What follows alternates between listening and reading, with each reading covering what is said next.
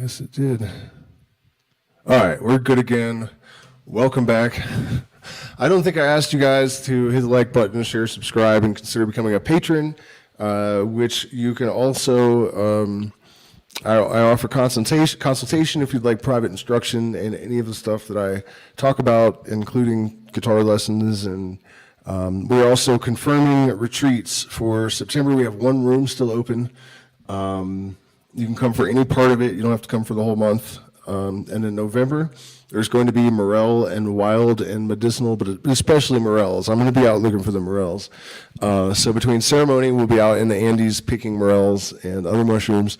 And I make some amazing dishes with these things. One of them is a white wine cream reduction sauce with black pepper, Asiago cheese, bacon, asparagus. I used to do it with wild asparagus in Colorado, and scallops or shrimp or both. It is the best thing you'll ever put in your mouth. Angel hair pasta, phenomenal. So that's November for the entire month, and in May we're going to Manu in the rainforest for a month. And so, yeah, that's happening. Join us. So I don't know exactly where we were. I know somebody put in the other chat that I had been cut off right after I said I should have opened with this, but I don't remember what that was. Probably the function of the magician or the shaman in a modern context. You know, it really is a mess. It really is a mess out there because we have so much misinformation. We have a lot of pressure from gatekeepers, and I don't know what these creatures are, these like new agey, uber judgy, usually white liberal, neo-hippie kind of creatures that put a tremendous amount of pressure on people to conform with things that are not real, that are just industry stereotypes, that are pop culture stereotypes. You know, and then now that we have the profit motive kind of added into the whole stew, you know, it's really a difficult morass that we have to wade our way through as people that are becoming interested in these things, as practitioners. For me, it doesn't really matter. You know, I have my YouTube audience that I pretty much exclusively work with, so they're all like-minded people. And if I have a screen for a retreat or something and you're not a good fit, then you won't come. And so, you know, it's simple for me, but I empathize with people that are on the other end of this, where they might, you know, need a guide for the medicine or some other aspect of their development. They need some, you know, or neophyte, new interest, because it really is a corny ass mess out there. You know, we have one of the systems that we've lost is that of hierarchy. And although I don't really approve of hierarchy in the sense of putting a shaman on a pedestal or having a cult leader type dispensing knowledge according to their own agenda or whatever, but it is true that we don't have an association that can test people and determine whether they are actually legitimate. Any you know, new agey, neo-hippie, you know, housewife can drink a cup of ayahuasca and suddenly decide that she's the reincarnation of Cleopatra and, you know, has the capacity to past life regressions. And, you know what I mean? There's no way to ascertain any kind of qualifications for these people. And in my experience going around PSOC and Mount Shasta and all this, nearly 100% of them are fake flakes that should not be doing anything for anyone. And they're not. They're taking people's money and they're accomplishing nothing.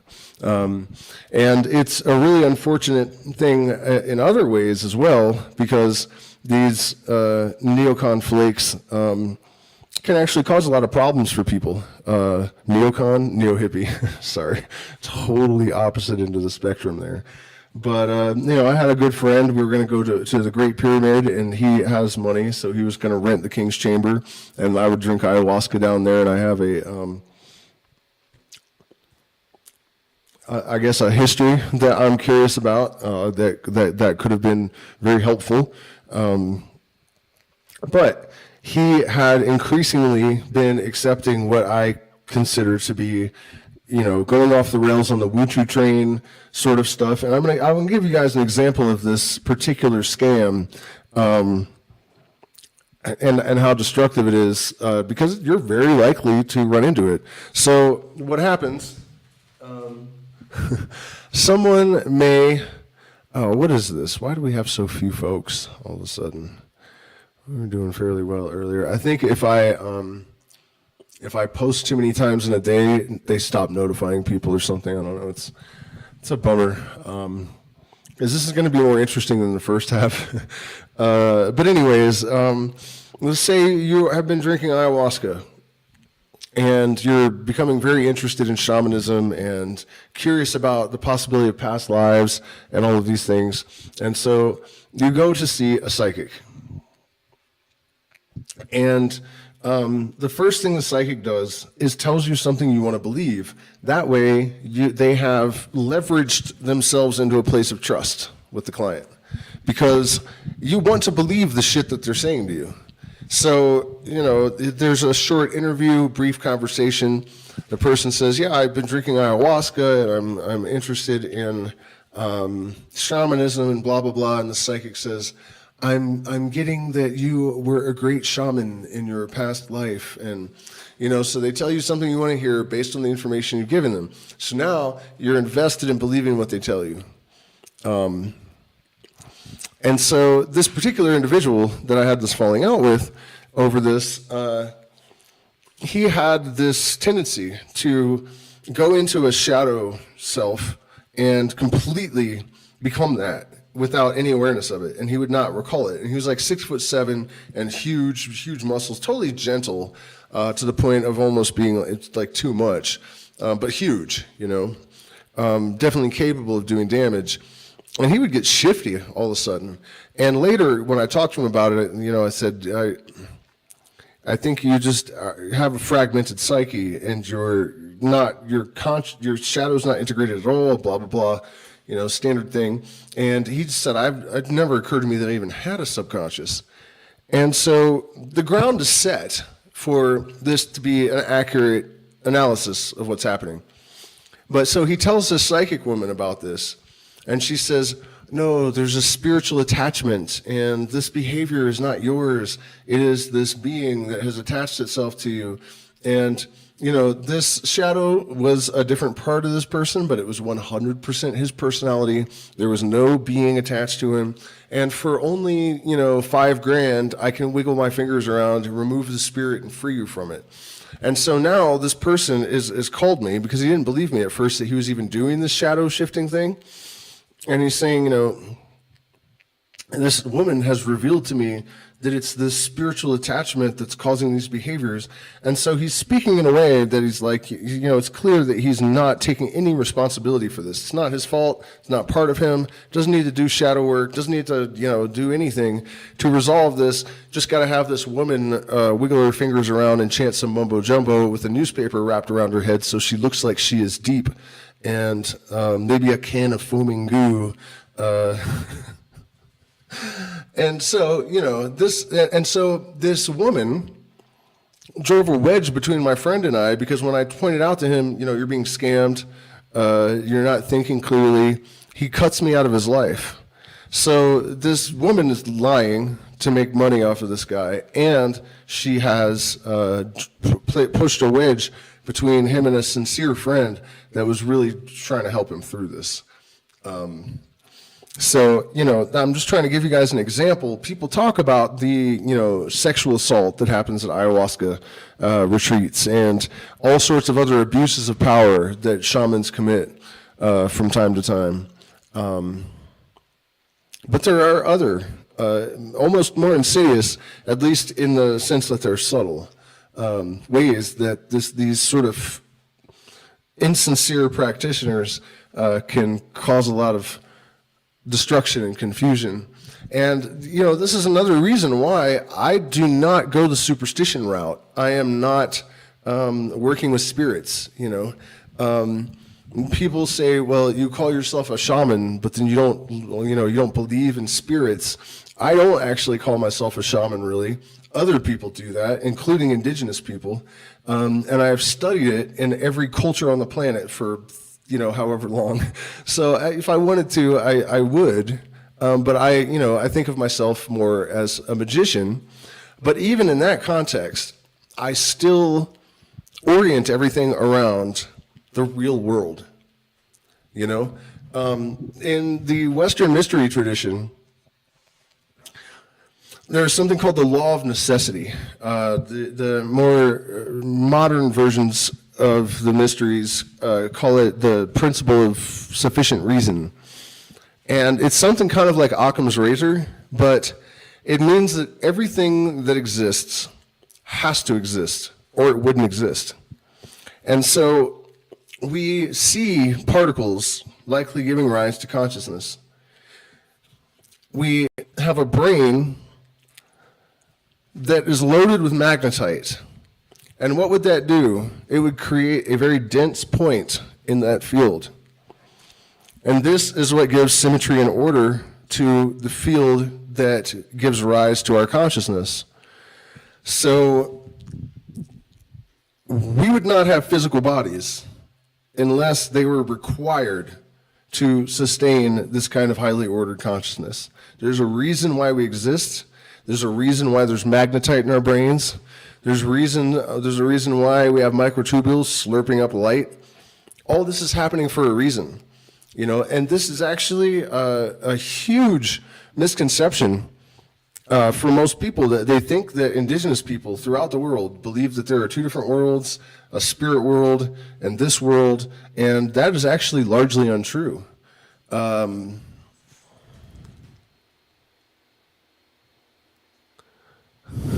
Travis, I'm not in California, but it's largely untrue. A lot of the indigenous groups, actually, it's just one world, including Carlos, the Matsis. I don't know if you guys saw my kambo video that just came out today. But yeah, the Matsis, it's one world. And these exchanges, they're not really shaman in their tradition. I mean, they have kambo and they drink sananga. They don't do ayahuasca. I refer to them as a healer. But it's much closer to just this idea of an exchange of energy than it is to, working with spirits and ghosts and whatnot, So part of the reason I was saying that I frame these things the way I do is I have not seen any good come from superstition ever. And the mystery tradition that is really my primary fountain, I guess, or if I had to identify with something, that's what it would be, the mysteries. Nothing good ever comes from superstition. We have people believing that they have parasitical spiritual entities that almost 100% certainly do not exist. And they're blaming all of these shitty behaviors on these imaginary beings. And then, the shaman, who probably isn't even a real shaman, wiggles his fingers around, or the psychic, or whatever it is, and mumbles some mumbo jumbo, and extracts this parasitical entity from this person, whose behavior then worsens because they believe they have been fixed when absolutely nothing has actually happened. And then now you have this totally aberrated, narcissist, sociopath, whatever their deal is, thinking that they're cured and whole now and they can become a shaman or whatever. I mean, this is not the way for me. I'm not interested in a real life Dungeons and Dragons, or what is it, like Magic the Gathering. Reality is reality. And if you have psychological aberrations and traumas and stuff, it is true that just being in the presence of someone who is illuminated and who has emptied their soul of the garbage and hatred and apathy and all of these kind of things just being in their presence, certainly hearing songs can heal psychologically, emotionally. You know, there are all sorts of action at a distance type phenomena that are real. You know, there are, I'm sure, almost an infinite number of surprises that the universe has potentially in store for us.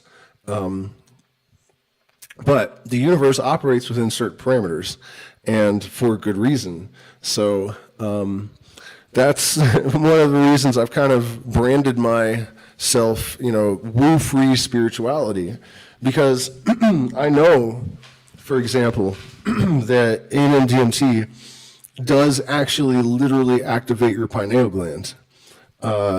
Because I drank ayahuasca once, and I could see through my forehead. And there was also very explicit instances of telepathy that occurred while that was happening. And so we have this sort of double, you know, two birds, one stone kind of scenario. And it is connected to the neovisual cortex. And, you know, so I hope I'm making this clear enough. There is magic, and there is a universal mind. And, well, to say there is magic, the phenomena that are associated with magic, such as manifestation, within much greater limitations than most people try to sell these days. You know, these things are real, but there is a way that they happen. And all of these things can be understood, you know, in a rational sense. This is another one of my huge pet peeves and why I have few friends in the spiritual community. The idea that the mind is the enemy, that you have to transcend rational thinking in order to have spirituality. And from my point of view, if you have to transcend rational thinking in order to believe something, it's probably not true. It really is that simple, you know. And I think one of the tricks of being a shaman or a magician that is so fucking important is that you have to be an iconoclast. You cannot care what other people think. You have to realize that if a majority is saying something, the fact that a majority is saying it is more of an indication that it's not true than anything else. You know, most popular ideas are popular because people want to believe them, not because they're true. So, you know, we have, and this is something I notice a lot, that when ideas become widespread, people take that as some sort of validation, but it absolutely is not. Definitely isn't. Look at the whole materialistic outlook of our modern culture, you know. How many people in the United States actually believe that voting for Harris or Trump is going to make any difference at all whatsoever? A lot of them. So many of them that it's unbelievable. You know, the fact that they are both completely owned and controlled by the same forces is insanely mind-numbingly obvious. If you understand the function of the propaganda, and it's just all, you know, you can predict the script coming from either side at all times. It's, you know, so ubiquitous belief is no indicator that anything is correct.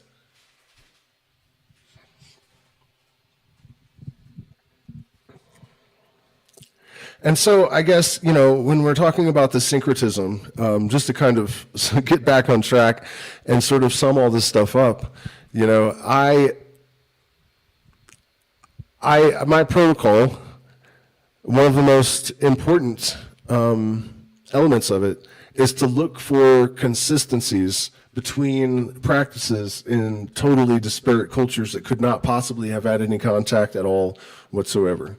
And, you know, we went through some of that in the last segment of this live stream, the drumming, singing, smoking things, burning a fire, casting a circle, acknowledging the four directions or otherwise establishing 4 points in a square within the circle, the philosopher's stone, which contains actually another secret. And since we have brought this up, I'll tell you, because it's quite clever. The lesser banishing ritual of the pentagram, I think, is the most brilliant ritual ever constructed by anyone, and I don't think anyone will ever construct a more perfect ritual because I don't think it's possible.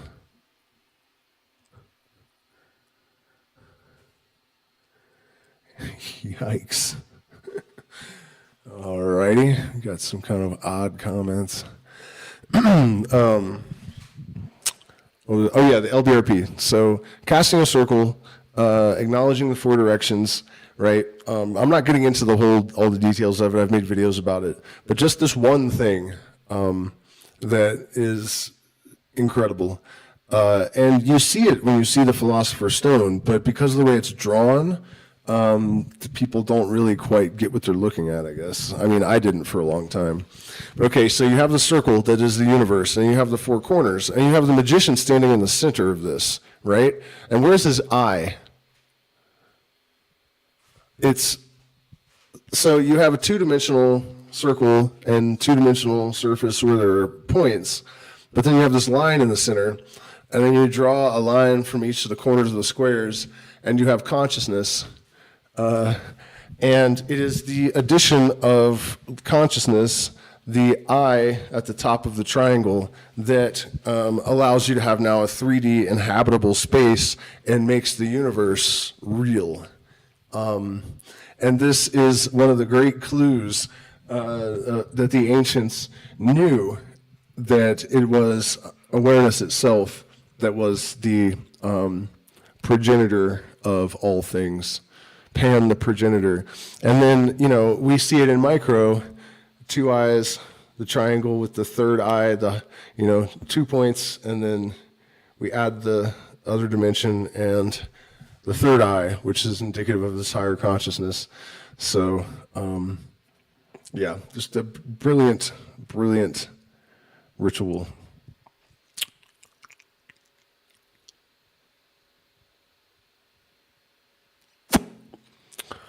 But since I went off on the LBRP rant, I totally forgot what the fuck I was talking about otherwise.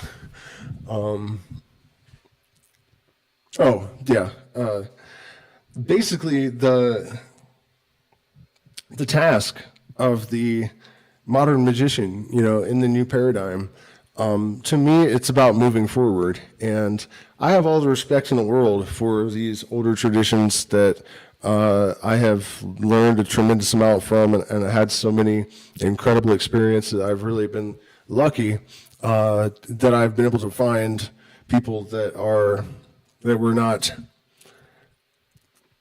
affected by the industry. When I was in Ecuador, learning from people like Mama Celia, that she grew up in caves and lagoons and didn't learn to speak Spanish until she was 17. I definitely profoundly appreciate those things. But I don't think that we are obligated, nor is it wise for us to just completely adopt their beliefs about how these things work and what they mean. That's not on the table for me, and I think it's our job to, learn those things and maintain a clear awareness of what they are and why they are to the best of our ability. But then we have to take it further for ourselves, And so looking at the role of a shaman or a magician in any culture, they're the guide, they're the healer. That's basically the two main functions of this individual. Usually an artist as well. The shaman conjures through art. Aleister Crowley once said, "There's no better way to invoke the gods to physical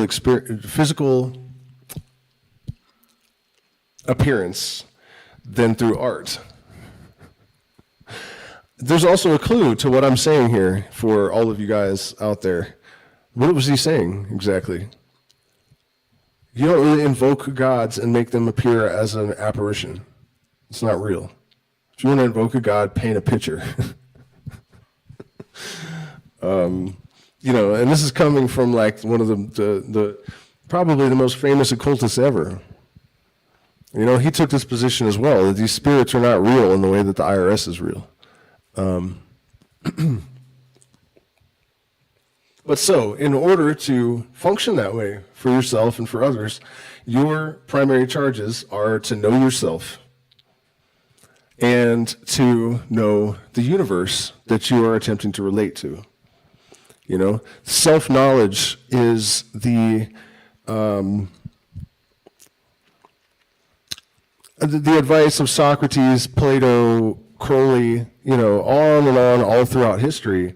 The smartest people, the seers, the prophets, these types of folks, they told you to know yourself in one form or another. The self-knowledge, self-awareness, and then it means so much more than just paying attention to your proclivities, your tastes, your idiosyncrasies. It's really deeper than that. And hemisync, for example, or if you want to use Jungian terms, the fuck is it?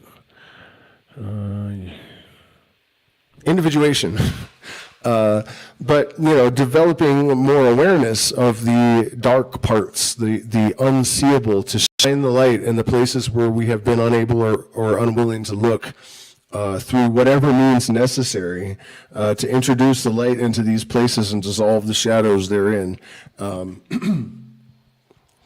The process of creating this unified, holistic mind in yourself is really another macrocosm event, And what we have to never ever forget about this is that the process of making our own minds holistic by creating a greater dialogue and awareness between the subconscious and conscious mind primarily, this is the biggest deal. This is what is really meant by awakening, that you are conjuring the automata. You are constraining the demons of the automatic subconscious part of your being to work for the light, which means the conscious awareness. And the universe at large is doing this as well. These things, there's no way to separate them. There's no way to separate them. These revelations about light and the microtubules in the brain and entangled biphoton pairs giving rise to consciousness and all this, these are the kind of revelations that are indicative of the universe reaching a higher level of consciousness. That's what these discoveries in these microcosms known as people, which are really the sentient organs of the universe, that's what they're facilitating for the universal mind. So I hope that I got that across. It's unspeakably important to really realize that the universe is waking up just as we are.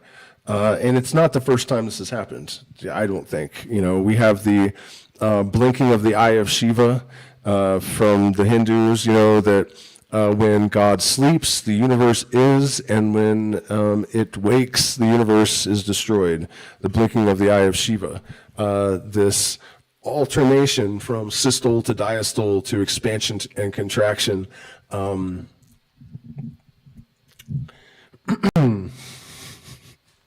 We're doing this, the universe at large is doing it, and individuation is the key, So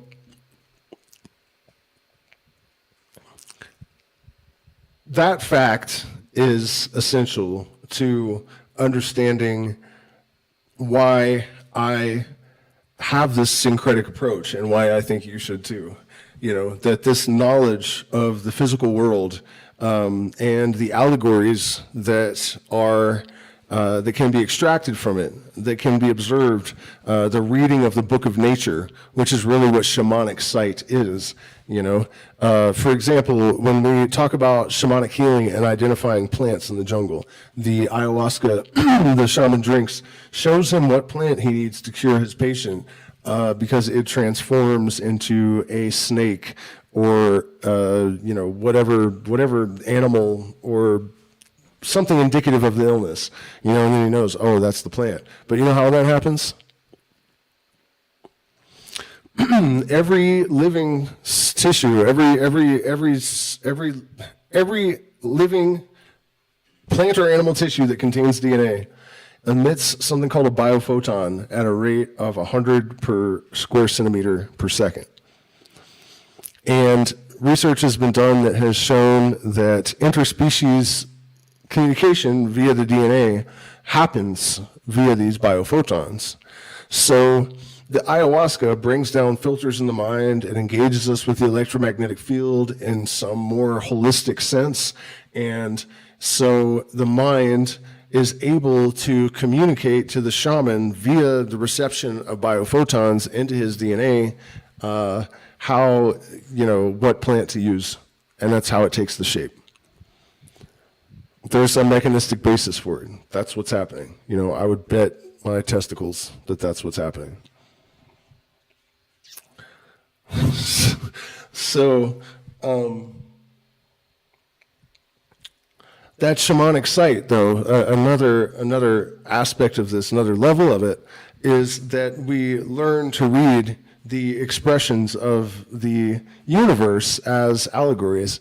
A little while back, I was mentioning this Flaming Lips song where he says, he's talking about everyone dying, everyone someday will die. But then he says, you realize the sun doesn't go down, it's just an illusion caused by the world spinning around. And then we have all of these associations with our own consciousness, the soul, the S-O-L, the sun, our own soul, S-O-U-L, put you in soul, and you have the individual unit of consciousness. And so this fact that the sun doesn't actually die like the ancients thought, they thought that it went down and it died, but really it's just an illusion. So therefore our own death is probably an illusion. The universe is one thing doing one thing, as above, so below. All of these kind of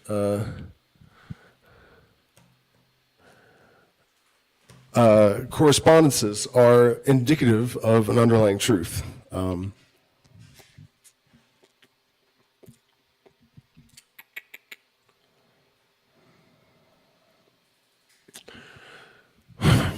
That was not the tangent that I had planned. However, what I was actually thinking about is, the task of the modern practitioner. And this isn't even, it's wrong to even say that. In the Western mysteries, the magician's job was also scientist, and the alchemist was the precursor to scientist. This actually isn't a new development. This is more of an archaic revival. This is more like going back to your roots, But the tendency that we're seeing for people to realize that mechanistic, deterministic, random, meaningless universe was not correct. And so they pivot 180 degrees and they become, mystics that are so open-minded that wind is whistling through their ears. And we have all of these, just completely superstition-based resurrection of archaic beliefs that don't serve anyone. This is not, it's the pendulum swung too far this way, and so it swings too far that way. That's what happens when extremes are introduced into a system, And so this blind abject materialism it provoked people to swing too far in the atheist direction, after people getting burned at the stake and gays getting beaten up and all this kind of crap. And so it swings back too far in the other direction and everyone becomes atheists. And then it swings too far in the other direction, and we have a bunch of flaky, new agey, neo-hippie, that shit. And so the answer is always that the truth lies in the middle. That's it. The truth lies in the middle. And so to find that middle, you study the sciences, you study psychology, you go through a process of self-purification that has to do with knowing thyself. The reality is that people focus on all these traumas, and that's good. You have to deal with that stuff. You have to get it sorted out. But one thing that I notice is that because I think of the profit motive, people are not talking about thinking objectively. They're not teaching people that are trying to get into spirituality to think critically. They're not provoking them to really analyze themselves. There's too much politesse, people being polite. And there's also the simple fact that when you tell people things they don't want to hear, they tend to stop paying you. And so we have this completely candy-coated, culture of pop culture spirituality that is just not really doing anything for anyone. It's making things a lot worse. And I guess this has been a very long-winded way of telling you that if you're serious about this kind of stuff, if you really want to make genuine progress and to understand the universe in a profound way and have the power to help to heal other people and to illuminate your fellow man and all of these things, it's going to take a lot more work than just sitting around doing holotropic breathing or, none of these practices on their own, in my opinion, are sufficient to really catapult a person to the perspective that's really required to be effective as a magician, shaman, whatever it is, There are very murky waters. It is a sticky swamp, and you really do need to have a skill set that includes intellectual aptitude. You have to study chemistry and philosophy and everything that you can possibly use. The way Crowley put it is that the student should pursue things according to his own ingenium, but do not become a theosophist. And a theosophist is the old school word for what I would call flaky, new agey, neo-hippie types. Armchair magicians or whatever. This is really the best advice that I can give, and it's something I see constantly with my own clients, that they are more than happy to drink ayahuasca and to eat mushrooms and to do all these things. But then when I say, well, you need to start reading some physics and, actually learn mathematics and all of this sort of stuff, they're not really trying to hear that, And what happens if you expand your consciousness without creating something to leverage it to make investitures to ground out this development? You're expanding, but it's all air. You have to create the foundations to support this expanded structure. Otherwise, it will just topple over. And, as I was saying, that's the kind of reality that almost no one wants to hear. But it's true.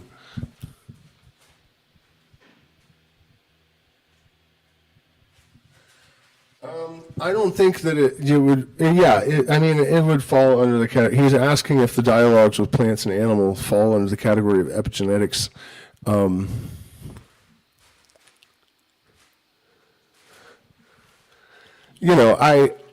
I guess so. I mean, they're going to retain it probably, and it'll be passed on to your. Here's an interesting thing along those lines, though. All right, so we have seen Darwinism sort of taking backslide. It's not that it's falling apart. It's not that it was wrong. I never thought it was wrong. But I didn't think it was right either, because to me, it's obvious that nature knows that something is looking, and it's responding in kind. The idea of random mutations as a complete and total explanation for life and the universe and everything does not work.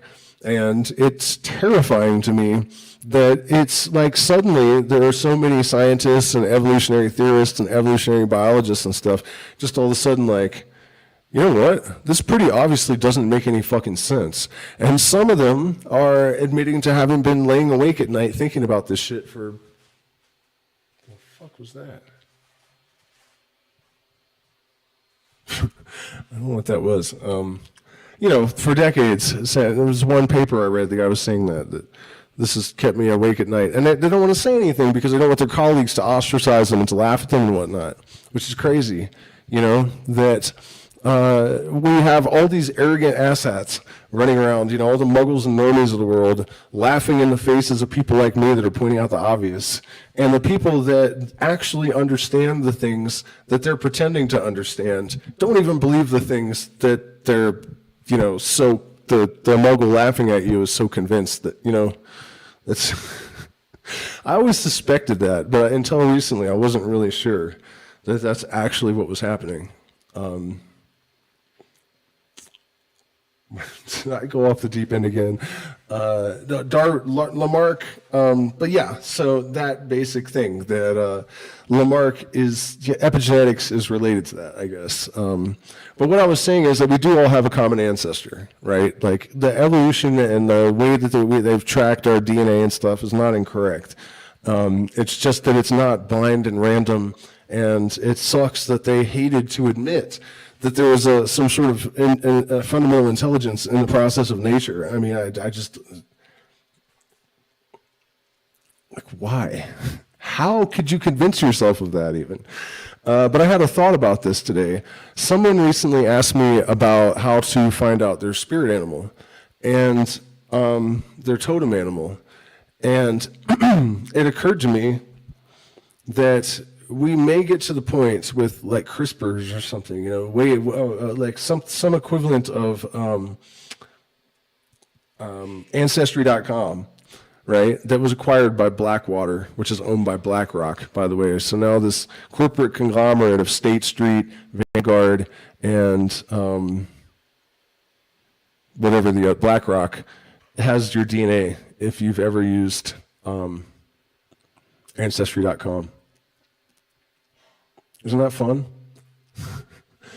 But I think you could probably find a genetic connection that would tell you that, like, for me, it's always been the anaconda, and I have a funny feeling that there's something in our DNA that would establish that connection if it could be analyzed in enough depth. That your spirit animal is actually lurking in your DNA.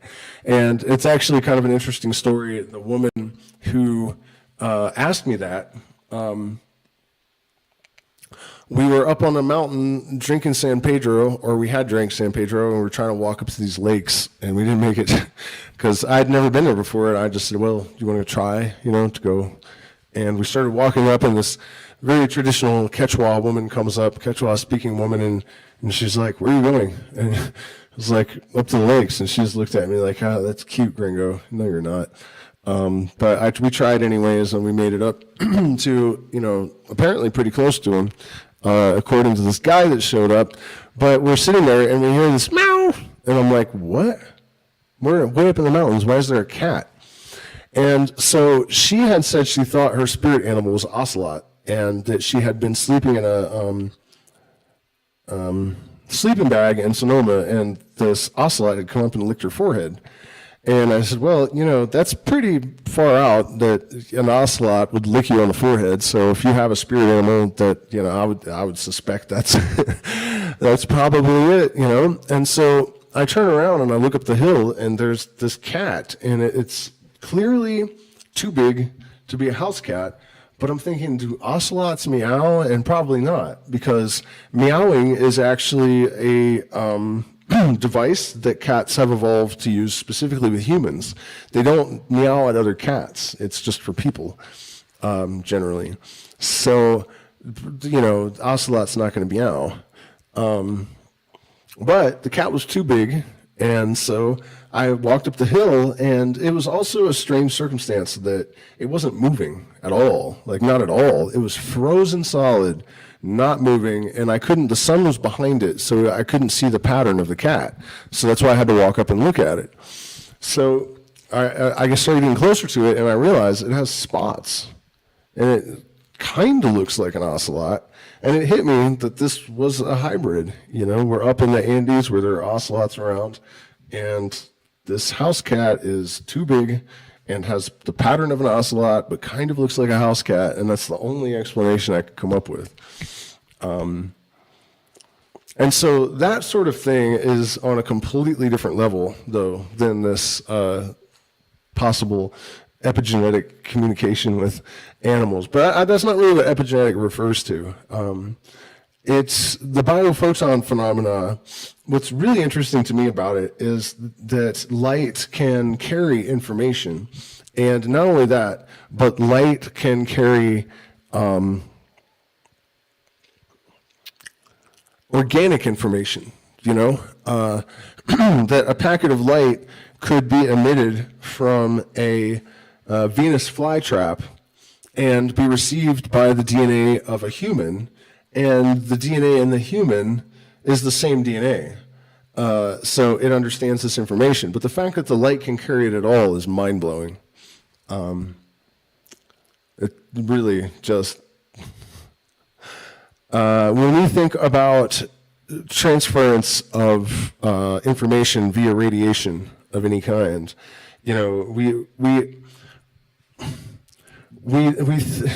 obviously we're assuming that some intelligence has integrated the information into this radiation somehow. But then in the case of DNA, what is the operator? Who is the operator?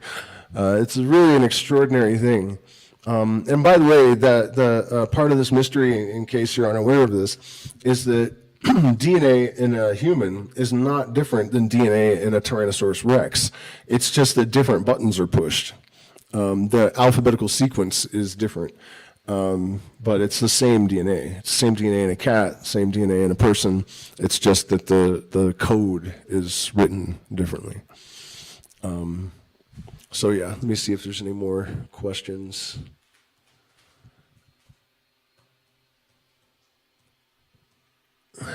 Jeez. Yeah, and if you guys have questions, please also consider becoming a patron, or you can support the channel via the options in the chat. We're demonetized, so I get no support unless you guys support me.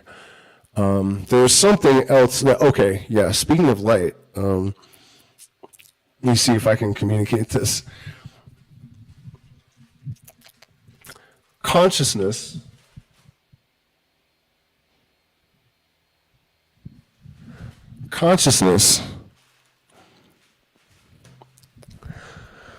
I was told many years ago in a meditation, I thought nothing is faster than light. And this voice in my head said consciousness is faster than light. And I thought, that sounds right, but I don't know what that means. And so now that we are finding evidence that consciousness is arising from entangled biphoton pairs emitted by neurons, entanglement is faster than light communication. So it hit me that the only thing that is not constrained by the laws of the universe is consciousness.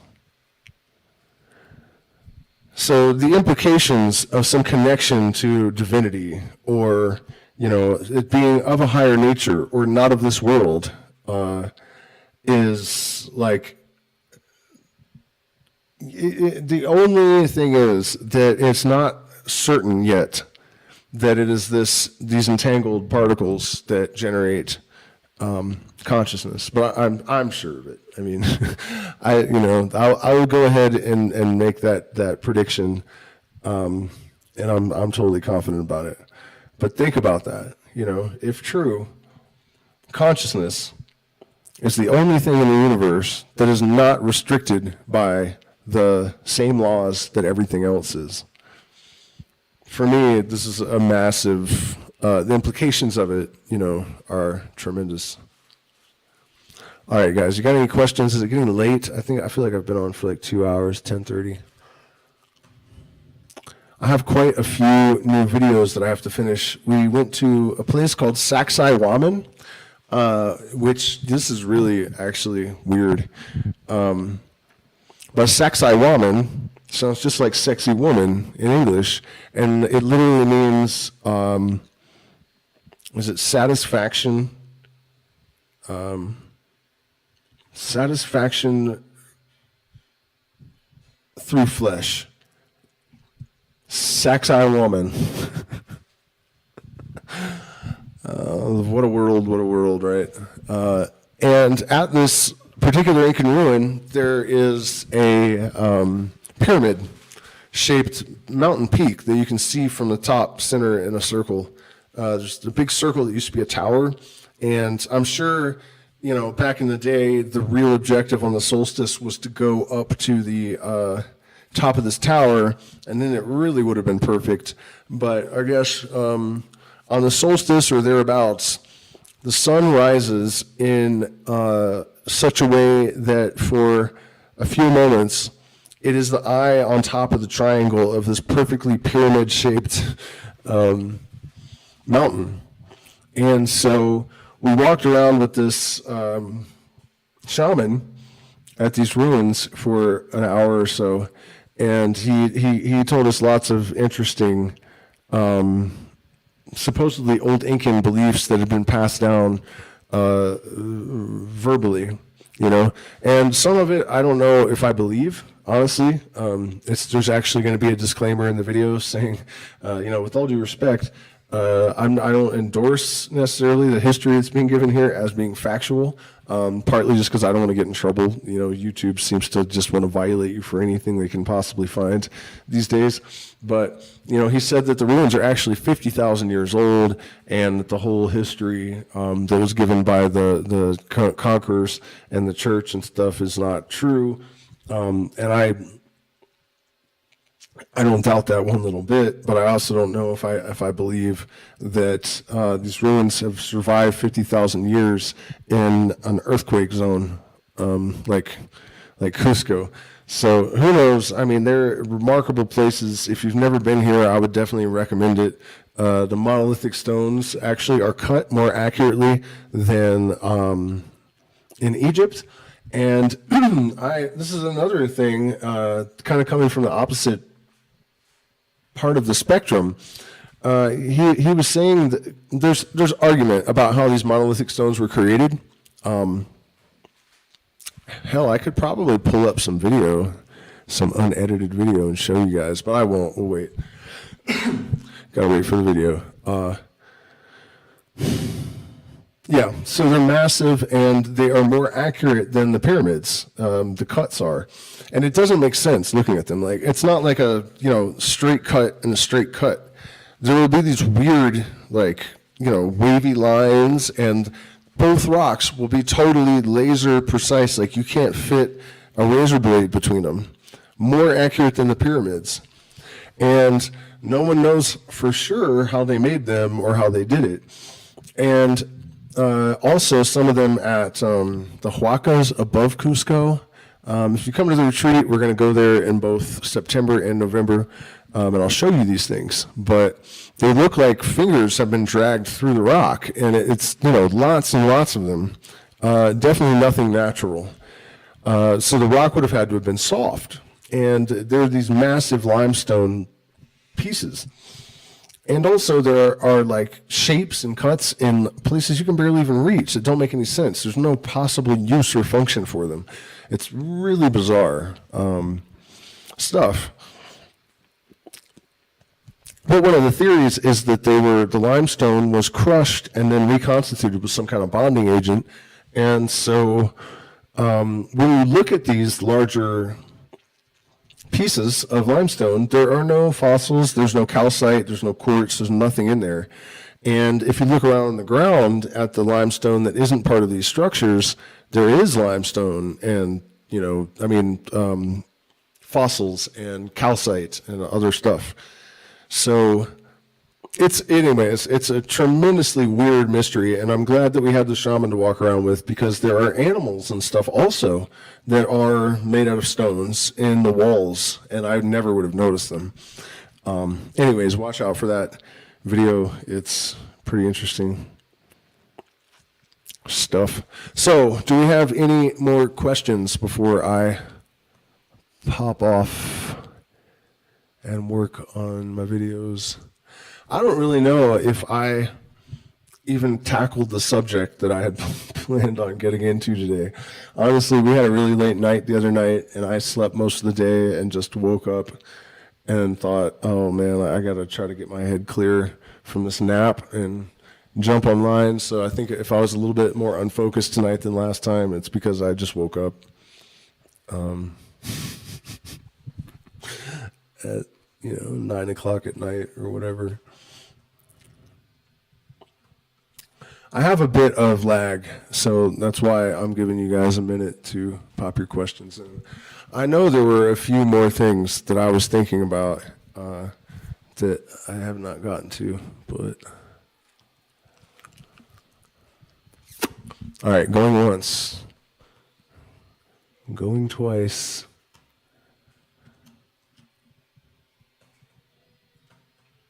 Oh, well, actually, I do kind of recall something that I didn't really cover much. And, well, no, I did, right? I did. You have to study psychology. You have to study mathematics. You have to study physics, in order to be what I would consider an effective modern version of the shaman. But I think I actually did say all that. So I'm just going to give you guys a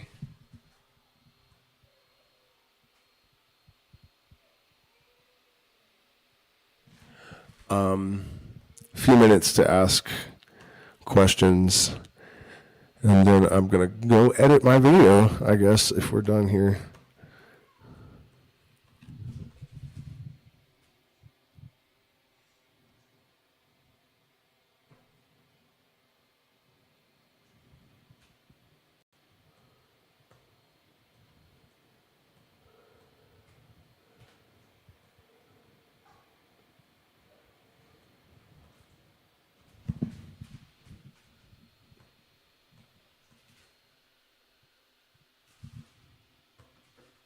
Okay, do we have anything? No, I don't see anything. So, I guess thank you guys for spending this time with me. If I didn't actually cover the subject matter that you were expecting, I'm not entirely surprised. And we will keep going with this theme, but, as I said earlier in the stream, for me, it's really more about expanding consciousness in general and understanding the universe and, trying to mitigate our ruin, to stay the reading of our swan song and epilogue.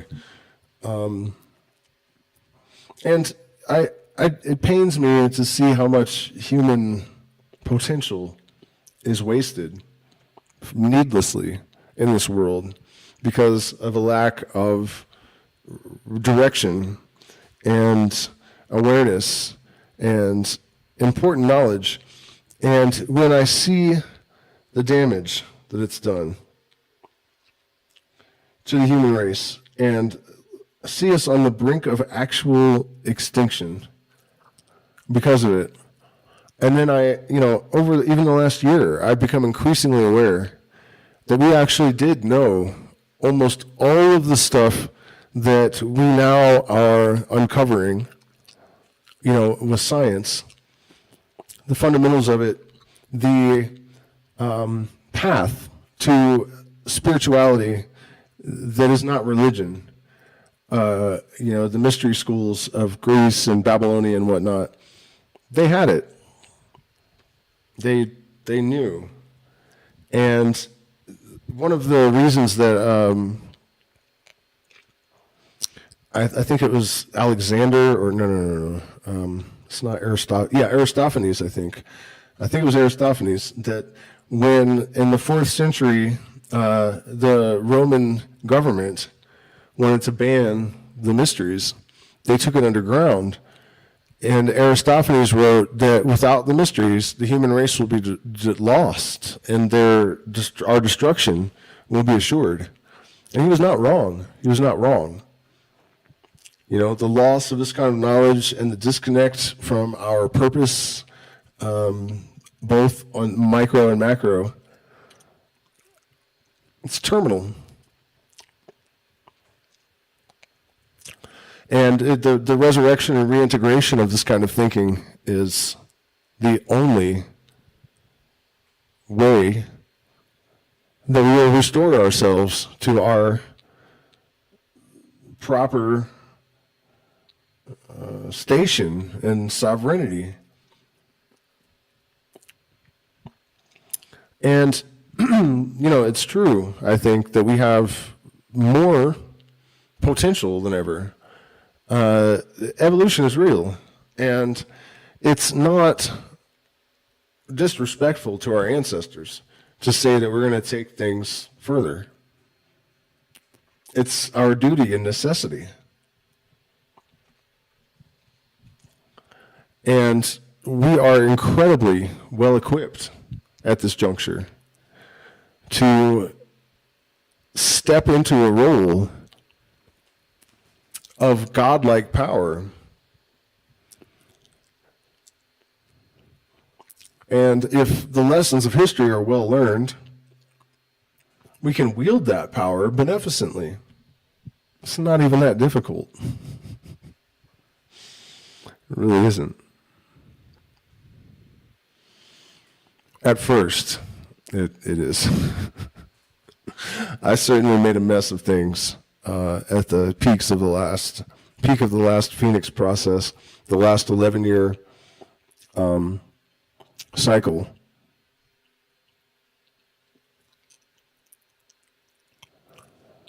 And we are 1 year away from the peak of the next one. Let me see, what month is it?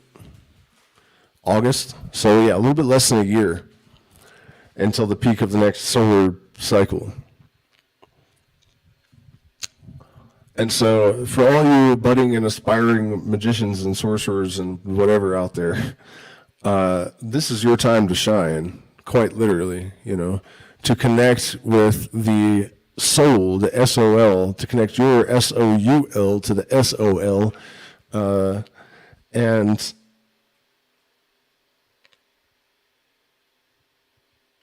create your reality and yourself in accordance with its highest potential. This is the time. Over the next 10 months, you will be better able to progress and to manifest. Not necessarily your desired reality, but your quintessential reality.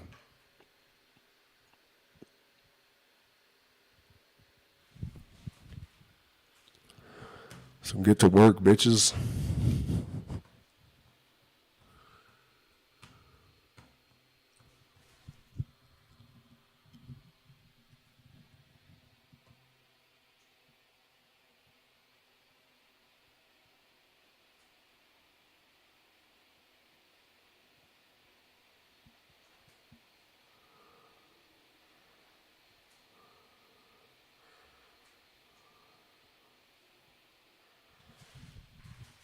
Yeah, somebody was asking if I could give a list of mathematical subjects and whatnot that are good to study. But you know what I did last year? Honestly, I found Professor Dave's like Fundamentals of Mathematics course, and I just started at the bottom. And I thought that I would, I stopped going to school when I was like 13 or something. I mean, I couldn't remember if I even learned long division or anything, and so I started going through the course and got to trigonometry or something in like 4 hours, and I think part of the reason that 2 4-hour sessions, I guess, over 2 days, and each video is only like 9 minutes long or something, and but that's what I did. I actually just started doing math, and that's what I mean.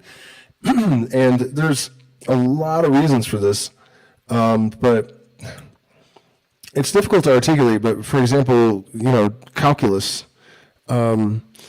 when the brain has these maps of these patterns and shapes, it allows you to think in ways that are based on those influences that are not available to you otherwise.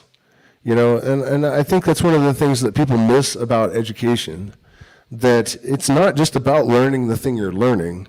It's about creating these different contours and angles and patterns in the mind, because your mind is holographic and it can apply lessons learned from any area to every area in surprising ways.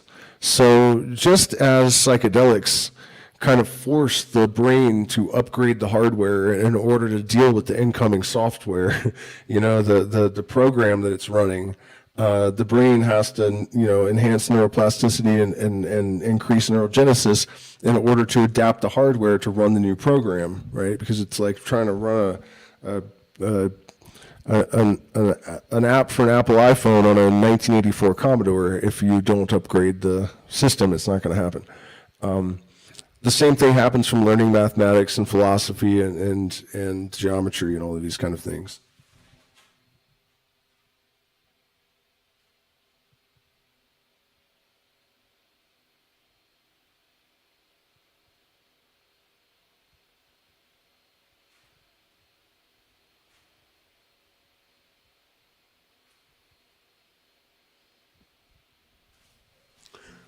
Somebody's asking me, my audio's distorting, like is it clipping?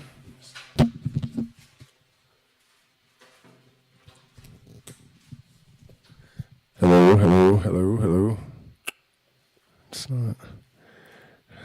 Hello, hello, hello, hello. Oh, my monitor's not working. That's great.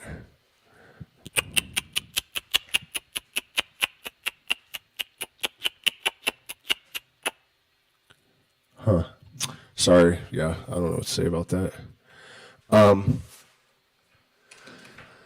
Dissociative disorder from ayahuasca. I don't think the ayahuasca did that.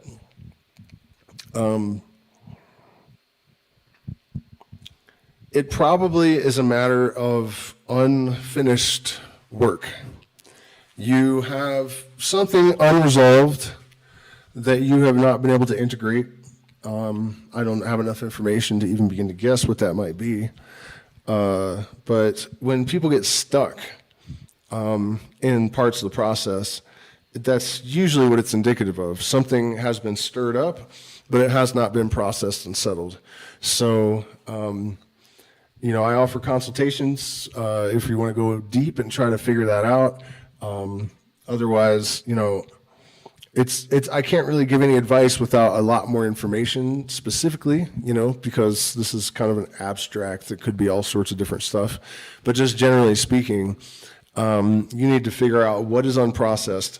And one of the ways to do that is to, if you can remember the particular experience where this problem began, if there is an isolated thought or experience that you can recall that initiated it, you know, and it shouldn't be that hard to pinpoint that. So I would say it's not just ayahuasca doing something to you. In fact, that's not really how it works. It's that it uncovers things that are lurking under the surface, and now, you know, opens a door, and now you have to figure out how to deal with it, whatever it is. So that's the best I can do with that much limited information. You know, you have to figure out what was stirred up in the pot and then not put in its proper place. This is another reason why, you know, I advocate so much for the holistic syncretic approach for a modern shaman, or healer, or whatever word you want to use. We really, you know, a lot of people go to these ceremonies and stuff, and you just drink with someone, and then that's it, you know. Then you go home, and you know, that's not right. That's not right. all of my clients I'm still in touch with, you know. We pretty much become family after they come to a retreat to an extent. You know, everyone comes back too, I've noticed. The person that just left is coming back already for the next one. You know, but the point is I spend time getting to know people first, and then I continue to interact with them for, as far as I can tell, forever so far. That's kind of the way it needs to be, you know, until everything is integrated and sorted, and, you know, you can't just do that to people and then set them adrift. It's just not. Think about it this way. Traditionally, people did not drink ayahuasca. Only the shaman drank ayahuasca. This is not something that everyone should just be doing and then not having any, you know, understanding of psychotherapy or psychology or, you know, this is all sorts of stuff that you should know in order to put all this stuff in its proper place after an experience like that. You know, people are oftentimes, I think, not really fully equipped to manage having the parameters of their perception and their experience re-established, you know, along different lines. And that would never happen, you know, in a traditional setting. In the Western mysteries, when the kaikian was consumed, this was never before. First of all, there was a 4-year probationary period, 3 to 4 years, and in 2 years at least in the outer school. And then maybe if you met certain criteria, you would be allowed to drink from the kaikian. But it wasn't just like, pay me some money and then you can do this no matter who you are. That's not how, and I'm not trying to say that you're not, you know, this person asking this question isn't necessarily not, doesn't have the capacity for this experience or whatever, but clearly you were left hanging, you know, without proper integration or support. But yeah, you know, I question whether or not it actually makes sense that people just even have access to this stuff, just your average person. In fact, I see a lot of evidence that it does more harm than good to a lot of people, that their ego just explodes, you know, because they don't have the protocol and they don't have the guidance to navigate it, you know. In the mysteries, there was a hierarchical system, not a chain of command, but there's someone that knew how to evaluate what you were capable of, how much you could be given, and, you know, and then also in traditional shamanic societies, like I said, the shaman was the only one that drank the ayahuasca in many tribes, and they had the support, unless the shaman died before I mean, they should, in theory, have the support of an experienced shaman, you know, the new shaman. They're not just getting the drink and then being sent home, you know. It's not what would happen.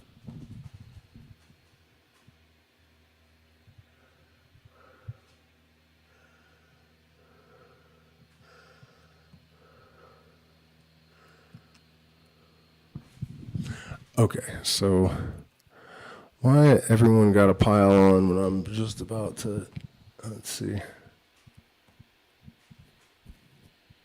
Yeah, so, you know, that's a difficult circumstance that we don't really have that. And we have an ayahuasca industry that is creating all sorts of just ridiculous wannabes that are the majority of the market, I would say, you know. And when I go to PSOC and I read the flyers they have on the boards everywhere, it's appalling to me. You know, all of this just ridiculous. There was one today, the guy was giving lessons to your dog on spirituality, like how to I'll enlighten your fucking dog. Like, it's like, and every time I go to that town, it seems like there's some new, ridiculous, useless thing that you can go pay someone to pretend to do to you. You know, and none of it's real. None of it has any effect. I'm sure it's a mess that we have this inundation of mystics with wind blowing through their ears that are defining an entire movement. And part of the reason, honestly, is I think that the almighty algorithm is identifying people that could potentially be real leaders and shadow banning them and prioritizing them in people's feeds and whatnot. Because I noticed a few months ago, really explicitly, thinking about, historically, that when movements have arisen, especially when there is a turbulent period, there are usually leaders that emerge. And I don't see that happening right now, And the few that have really risen to the top of the shit heap, like Teal Swan, are actually dangerous narcissists. So I empathize with people that have to chew their way through this, trying to figure out who knows what they're talking about and who is legitimate and yeah.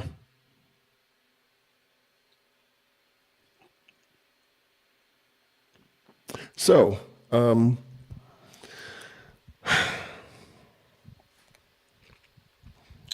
the way I see it, I guess, the path and duty of the modern shaman is to be just as sophisticated and educated in worldly disciplines of psychology and mathematics and grounded in the rational thought and the ability to think critically and, combining that with the knowledge and the practices of vibration to alter and to communicate and to integrate different levels of consciousness and to even catalyze physical healing in some cases through these traditional methods and the plant medicines and all, you know what I mean? This is the real deal in the modern era.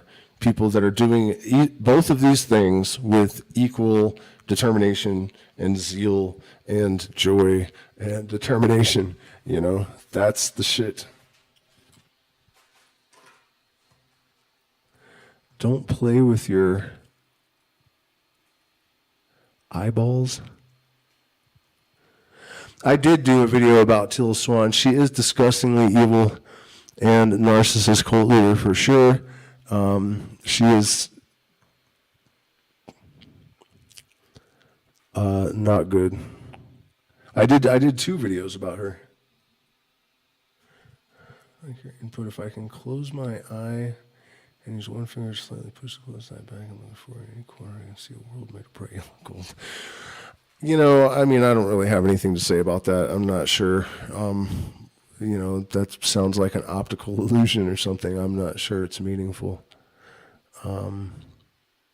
Anyways, though, it is 11 o'clock here, and I have to go look at a house tomorrow. So I hope this was illuminating for you guys out there, helpful in some way. I don't know that I had any focus tonight and was really able to achieve what I set out to achieve. But nevertheless, I'm sure there was at least some useful and interesting moments. At least I hope so. So do me a favor, hit the like button, share, subscribe, consider becoming a patron. We have one spot open for September in the Sacred Valley, and we have November completely open, and then May is already started to book. So, and May will be in the jungle. We're going to do 3, because September, November in the Sacred Valley. That's it. And then May in Manu in the Amazon. So, thank you guys so much for spending this time with me. I'm going to go to bed.